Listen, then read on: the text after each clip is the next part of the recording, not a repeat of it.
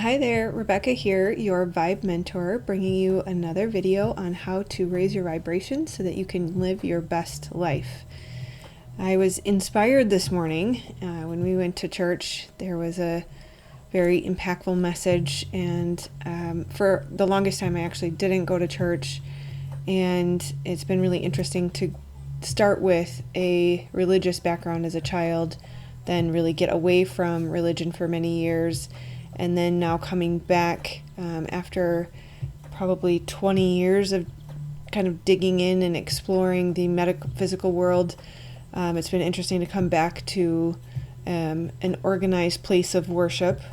What's interesting is I don't personally care for organized religion. I think that the teachings are very, very powerful, very, very important. However, men and man get in the way. We humans have kind of mucked it up. And so I approach it with a sense of playfulness and curiosity. I want to be close to the Bible and the Word, and in a place where the majority of the people in the building are calling in that higher divine energy, because it is palpable.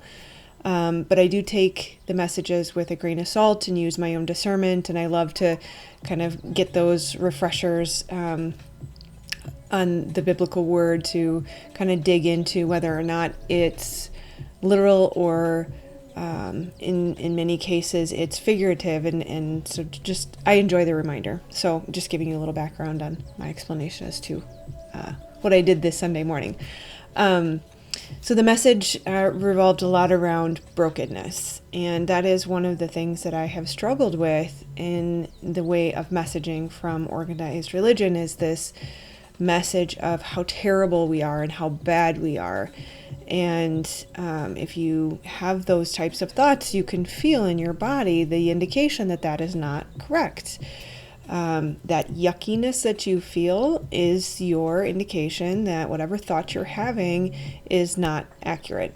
And so I'm so grateful for this message and this experience, because it really connected some dots for me and brought me to a deeper awareness of how we should be thinking and feeling and viewing ourselves. What's interesting is the contrast between the metaphysical teachers and organized religion. And I'm going to use that term loosely. I'm not advocating for organized religion, so I just want to clarify that. I am trying to find the middle way, not only for myself, but in helping anybody else. So the metaphysical teachers will often say how we need to focus on ourselves, we need to take care of ourselves, we need to put ourselves first. And to some degree that is correct. There were many years where I did not do enough of that. What they're not teaching is the boundaries around that, and when enough is enough, and when we need to stop thinking about ourselves and think about other people. And so, as with anything, the pendulum swings too far one way or the other, we're going to have a problem. So where organized religion will say, you're broken, you're terrible, you're bad, you're a sinner, you should feel shame and guilt and feel terrible about yourself, prostrate yourself. That's the one extreme. The other extreme would be, take care of yourself, only focus on yourself, and do what's right for yourself regardless of anybody else. And that, of course, is not accurate either. We do need to take care of ourselves. We need to love ourselves. We need to make sure our needs are met, have healthy boundaries, prevent toxic relationships, but we cannot spend all of our time thinking about ourselves. And if anybody has experienced that or is experiencing that, if all of your focus is on yourself, you're going to start to feel like crap. It is a very unhealthy place to be, and you start to look at all of the problems instead of the benefits and the things to be grateful for. And the ego will very easily and very quickly fall into that trap of me, me, me. And I did just recently post an ego video, and as I was writing this today, I was realizing I really should have reminded or shared the acronym ego, edging God out. And it really is a very yucky place to be when you get so self-focused and so self-centered that you forget about others and taking care of others and what really matters in life. Not that you don't matter, but there are greater things outside of you that make life worth living. Just I have quite a few notes because this was a very detailed message that I received, and I wanted to make sure I covered all of the points. Covered all the points to cover. So, again, the church, you're broken, you're a sinner, you should feel shame, and the theme in all of those is lack, right? That you're not enough. The I'm not enough epidemic of today is where, we all feel like we're lacking something. And so I don't feel that it's helpful to encourage that. We are not necessarily broken, I don't think. We're not perfect by any means. We're all perfectly imperfect is one of my favorites to go to. But we are tremendously powerful creators. And that's something that can get lost in that message of brokenness is we have been given unbelievable gifts of creation. We are made in God's image, right? So while that is true, we are incomplete, not necessarily broken, but incomplete. It's almost like God made us, we're a sports car, we're a Ferrari, but He is the key. He is the gas. The car cannot function without that critical component. And so when we get out there and we try to do it on our own and we think, I'm a God, or I don't need God, or, yes, I am a powerful creator, and the ego starts to take over, that's when we're going to experience pain because we're trying to drive the car without the key, trying to, go without gas. It just doesn't work that way. And what it takes is humility. We have to be humble enough to get to that place to say, yes, I am beautiful and made in God's image, and I'm a powerful creator, but I can't do it alone, right? And when we can meet God with that humility, we will be given so much grace and so much compassion and so much support. That's, when we can soar, that's when we really start to fly. So, we will not be rejected or pushed away if we are humble. When we go to Him and we ask for that support or help, we will be met with open arms. That's all He's ever wanted. But when we have that egoic mentality of I can do this on my own, we are going to be hitting our head against a brick wall, and it's going to hurt, and we're going to keep experiencing that pain because that's the only way that He can get us to come back home. We have to come to a point of humility, a humbling place. It's kind of like a young adult who's out of college but can't find a job, who has to humble themselves to go back to their parents and say, I need you. I can't do this without you. And it's the same for us. He is our Father, and we cannot do it without Him. And that's all He's looking for. And once we open that door through humility, it's infinite potential. So, we have to allow Him to come in. We have to admit we can't do it alone. We have to give Him credit for all that we are. Yes, incredible. I had to look up some different words because the words to explain how tremendously awe-inspiring life is, and this game of life, if you will, this 3D reality that seems like a simulation. It can be fun. It can be so extremely exciting and enjoyable, but we will not be able to enjoy it, and we will not be able to work with it if we don't allow Him to come in and help us. So if we're having these negative thoughts, that's going to prevent us. If we're having overly egoic thoughts, that's going to prevent us.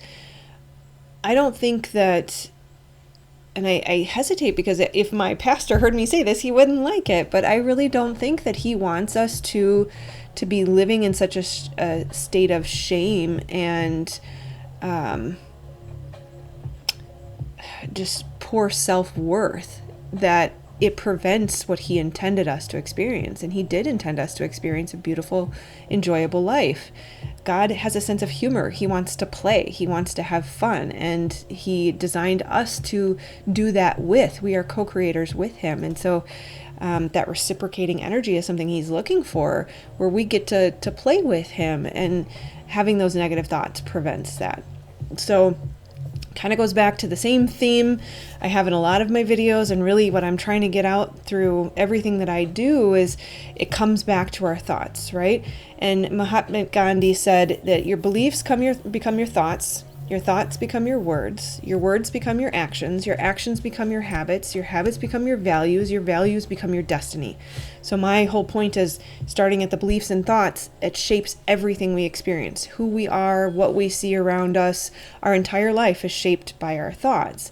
And then that dot connects with how our habits create our character or our personality. And then you tie in Joe Dispenza and how our personality creates our personal reality. So again, everything around us, it's all coming from within, right? And then you add to that, excuse me, doggy, it's okay, but not right now. Okay, just a minute, baby, not right now.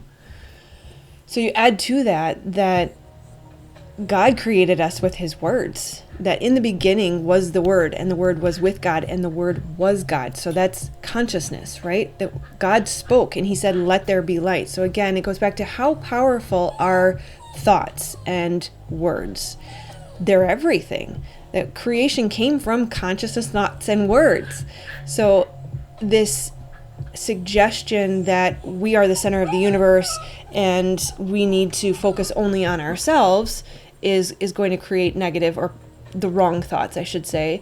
And also the thoughts that we're broken or we're bad are also going to create the wrong thoughts. So those are the extreme, right? Imagine like the scales of Libra. We're trying to balance this and find the middle way. So we have to remember, we are a child of God. We are a child of the Most High God, the Alpha and Omega, which means all that is, right? We came from the original source consciousness. We have to remember how tremendously powerful that is. We need to start living like we are divine beings. We are, I hate to say royalty because it sounds a little bit egoic, but we have to have that sense of self that is accurate, that we are worthy, we are powerful, we are valuable, and we are needed. Collectively, we need each other, and God needs us and we need him. And so we have to remember how important we are and how special we are. That's really the key I'm trying to get across there, is how special we are. And it all starts with your thoughts, right? If we're going to create, whether we do it intentionally or not. And we're going to create starting with our beliefs and our thoughts. So let's really get squared away on managing our thoughts. It literally is a moment to moment, second to second requirement that we are managing everything that's going on in here, because it is everything. So we need to start thinking about what we think about. We need to start thinking about what we're thinking about. So, and I know I say this a lot, and I'm kind of going to apologize, but kind of not, because the key to repetition is, or the key to learning is repetition. So I'm just going to keep saying it because I'm still clicking, right? Every day, every experience, I'm like, you get a tiny bit more, it gets a little bit deeper into your psyche, and I'm getting better at it. And I would say today, at least today, I had a good day. Positive thoughts were 80% of the day, maybe even close to 90%. That's phenomenal for me. I would say 2012, before I really started waking up, 99.99% of my thoughts were negative, and I couldn't figure out why. So to be in this place is amazing, but look at how long that takes. And hopefully I am condensing decades into days for you. That's my whole goal, is I had to learn the hard way. Now you don't have to, because I can share with you some of the tips and tricks on how to do this more quickly. So take a step back and think about, what do you think about? What percentage of your thoughts are about yourself? What percentage of your thoughts are about what you don't have? What percentage of your thoughts are about what's wrong, or what you wish you had? What percentage of your thoughts are positive? How often do you think about how wonderful life is around you, how beautiful it is, how grateful you are, how you can help other people? Are you thinking about what you're creating? And what percentage is positive versus negative? What percentage is about what you want versus what you don't want? And we need to start to shift towards a greater percentage towards what you want and gratitude and awe for what is. And that's when you're going to really start to see things change and manifest in a positive direction. So just a little bit of an example, because I have kids and I know you can say, don't touch the hot stove. And what are they going to do? They're going to touch the hot stove. Anytime you say don't, it's still, the brain understands that as a command. It doesn't hear the don't. All it hears is touch the hot stove, right? So we need to start practicing, or I need to start sharing with you more of the how to and what is working. So think about how amazing it is every day when you first wake up. The fact that you've even woke up, that your body is still continuing to function, that you're healthy, or at least, healthy enough to wake up. That right there, first thought, thank you, God, for another day. Thank you that I'm alive. How tremendous it is that we are cared for and provided for. How fantastic it is that we are able to choose a variety of clothes. We have a selection of things to put on our body every day to express ourselves or to make ourselves feel comfortable or safe or warm. Think about the beautiful colors and the delicious and nutritious food that you have. How phenomenal it is that God created this buffet for you, and you get to choose and mix and make combinations to nourish your body. How amazing is your body, and remarkable that your body is able to communicate with you what it needs. And then take that food and turn it into fuel and nutrients and proteins and whatever else your body needs. That one apple goes into all the different parts of your body in different ways because your body is a remarkable machine. That's phenomenal. We need to have gratitude and awe for that. That's incredible. And the fact that your body renews itself not only every day, but in weeks and months, and by the point you hit a 7-year point, you've had a completely regenerated body, brand new.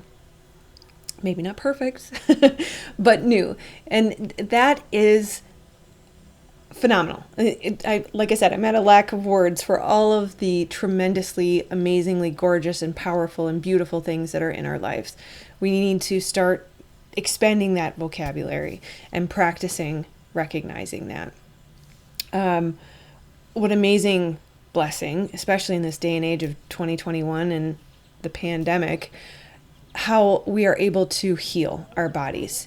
And pardon my commercial here, how our bodies are able to remove toxins and heal. Again, like I said, it's extraordinary.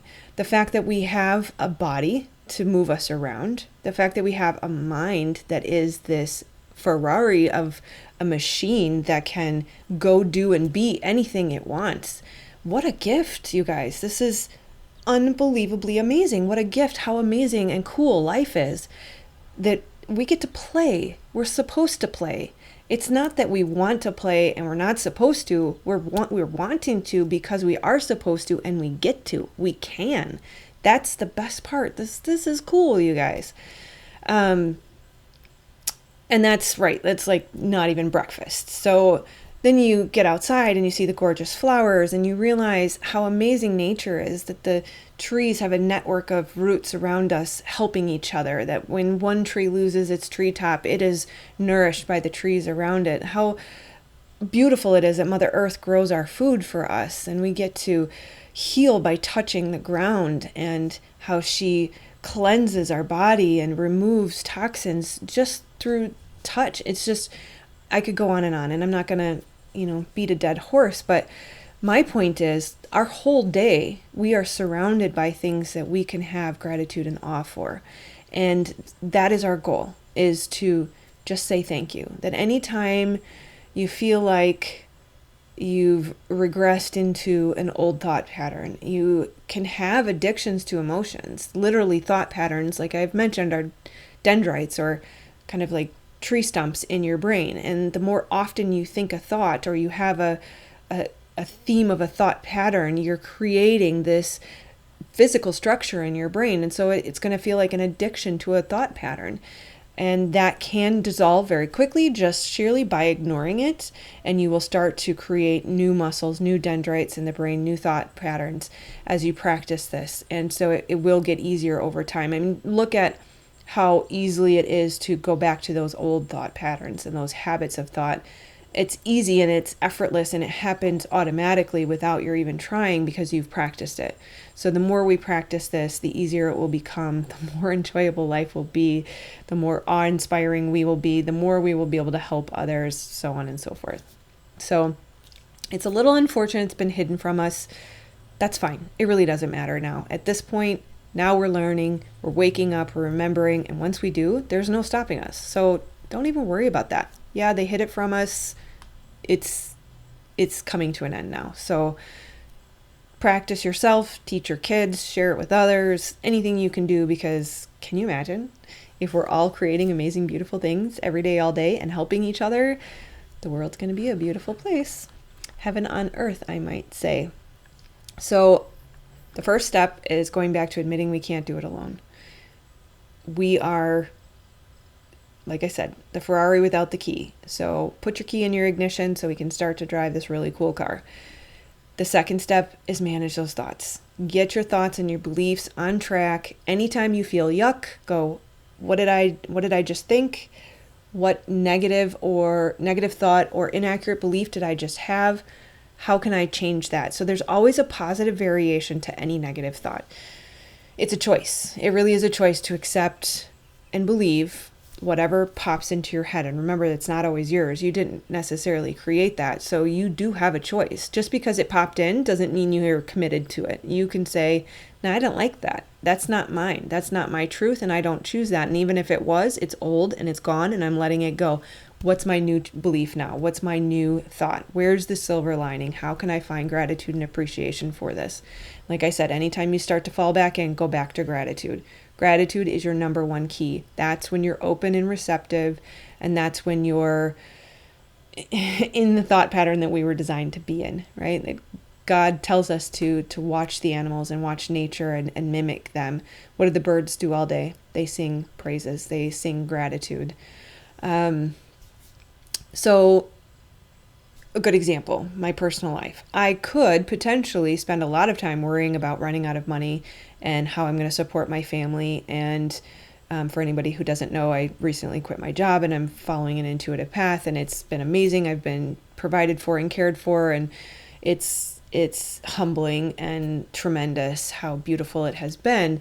But potentially, those thoughts, they come probably a couple times a day. It's just, a split second of trying to come in, and I'm like, I've already seen the evidence. It was difficult before, but even then it's a choice.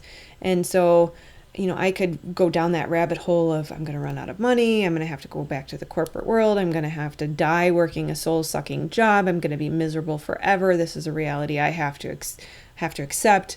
And who knows what other coping mechanisms would come out of that, right? So that's a choice. And I'm not going to go down that path, because what's on the other side of that, and that's kind of one of the thoughts I had today, was it's so incredible and so beautiful that why would anybody go back? Once you realize how amazing this could be, there's just no turning back. There's no way. Nothing else is more appealing or more exciting than this super cool game God designed for us to play with him. And yeah, just change the negative thoughts. It sounds so simple. It's quite a bit more difficult than it sounds, but it's not impossible, and we can do this and we can all get there. So remember that our problems are not necessarily problems unless we make them problems. Our perception frames our reality. And so if we choose to see it as a problem, it's going to be difficult. But we can look at it with gratitude and say, thank you for the reminder that I need to shift my thought patterns. Thank you for the opportunity to fully integrate this new lesson. Thank you for the mirror that's allowing me to see another thought pattern that I need to shift. Focus on your heart. Remember, get that heart coherence going. I think Joe Dispenza put it as if you were driving with the brake on when you're having a negative thought, and you're putting your energy out there. You're incoherent. So your brain is functioning separately from the rest of your body, separate from your heart. And so focus on your heart, focus on gratitude, and that you'll notice you start to see the shift right away, and you'll feel so much better. And yeah, it's a muscle. We just need to practice strengthening the muscle. Yeah, if we can start living the right way and thinking the right way, there's infinite abundance available to us, and it doesn't take that long. It comes pretty quickly, and I'm living evidence. I started this journey early June, and it's mid-August. It's not been that long, although like I said, I've been on this path for quite a while. So I'm trying to condense decades into days for you, so it won't be that long. And it just keeps getting better and better. It's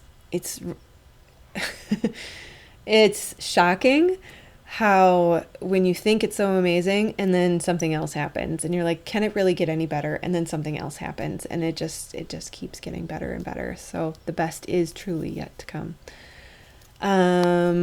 Yes. And then what really accelerates things is when you start to use it for other people. It works well. I actually think it's more difficult to do for yourself sometimes, but when you start to learn how to heal your own life, and then you can start to give it to others, it just takes off exponentially. The manifestation and the feeling of being alive and vibrating so high. And it may be different for other people. I don't think I've really had a conversation with anyone about this, but when I know I'm open and I'm at one of the highest vibrations, my whole body tingles. I feel my head just open up. It reminds me of the reciprocation of a torus field, how I can feel that energy is coming up and out and around, but I'm also connecting with divine source. And so it's like the feed is going this way as well as this way. And that happens especially when I'm helping people. And if we can start to learn to do this not only for ourselves, but to help others and do it for the collective and contribute and serve in that way, again, like I said, that's when things just take off exponentially and we start to manifest heaven on earth. So super fun stuff. We're designed to work together. We're designed to heal each other, and that's when it gets fun. So sometimes I don't need my notes, but I like to make sure.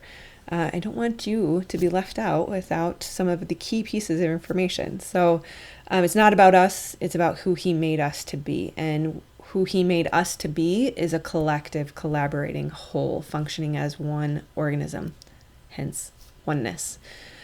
When we realize that God works through us, the blessing is that we get to experience the tremendous creation he has given us without struggle or pain. This doesn't have to be hard. It's, like I said, actually supposed to be enjoyable. We just need to get out of the way. We need to get that ego out of the way and learn to live how he intended us to learn. We are powerful beings, capable of tremendous things, and it is not because of our own might, but because of the gifts he has blessed us with. So ultimately, we are not inherently bad or broken, but we are incomplete without our Creator. So hope that helps. Again, like, subscribe, share, all the stuff you're supposed to say. More importantly, I'm here for you if you've got questions. I know for me, oftentimes there's a blind spot. There's something that I'm not seeing, a belief that I can't quite put my finger on, something in the subconscious that's blocking or standing in the way, and sometimes I need somebody to bounce it off of. So like I said, I'm here. You can reach out. Usually all the info is in the description box. Otherwise, Rebecca@vibementor.com. So I love you guys so much. I love connecting with you. Thank you for being here with me, and we'll talk soon. Much love.